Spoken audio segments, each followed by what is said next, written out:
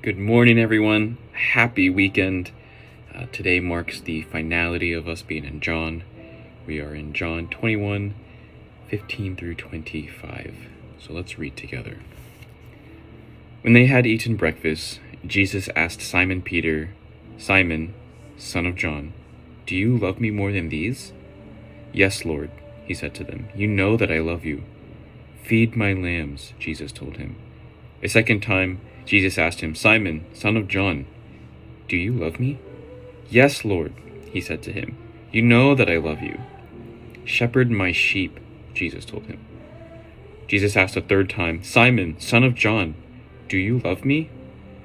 Peter was grieved that he asked him the third time, "Do you love me?" He said, "Lord, you know everything. You know that I love you." "Feed my sheep," Jesus said.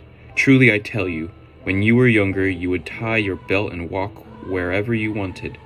But when you grow old, you will stretch out your hand, and someone else will tie you and carry you where you don't want to go."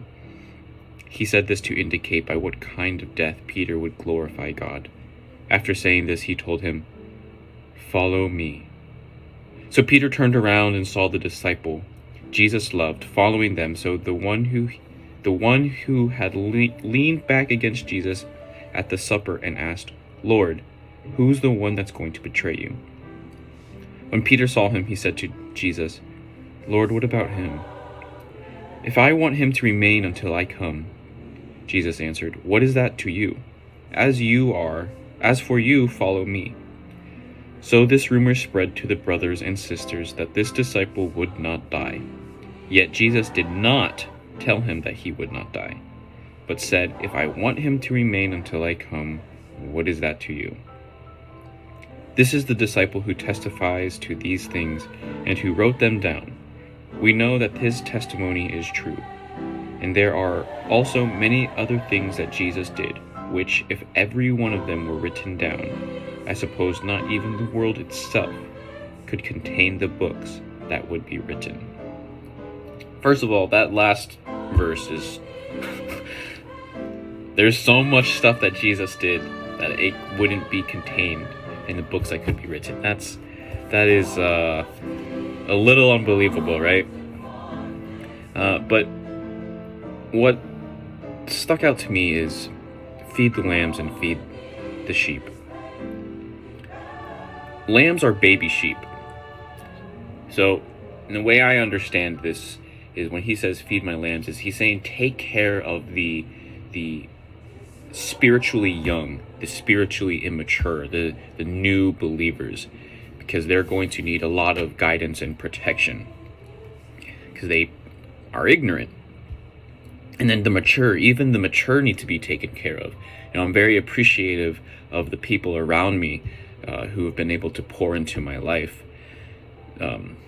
who've been willing and able to take care of me in showing an example that I too should be taking care of other people. And then the second thing for me is in verse 23, when Jesus says, "If I want him to remain alive until I return, what is that to you?"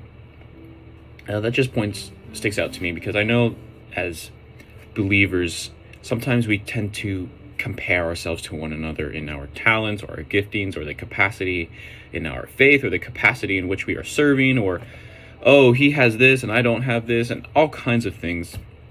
And I just think it's important to remember that Jesus himself said, don't worry about other people. I will take care of this person, but I will also take care of you. You each have your own things that I will provide. So I just wanted to remind everyone and encourage everyone to just focus on your own relationship with Christ, and you will know the love that he has for you. Anyway, again, that wraps up John for this month. I hope everyone has a blessed weekend, and you will join me for Numbers coming Sunday.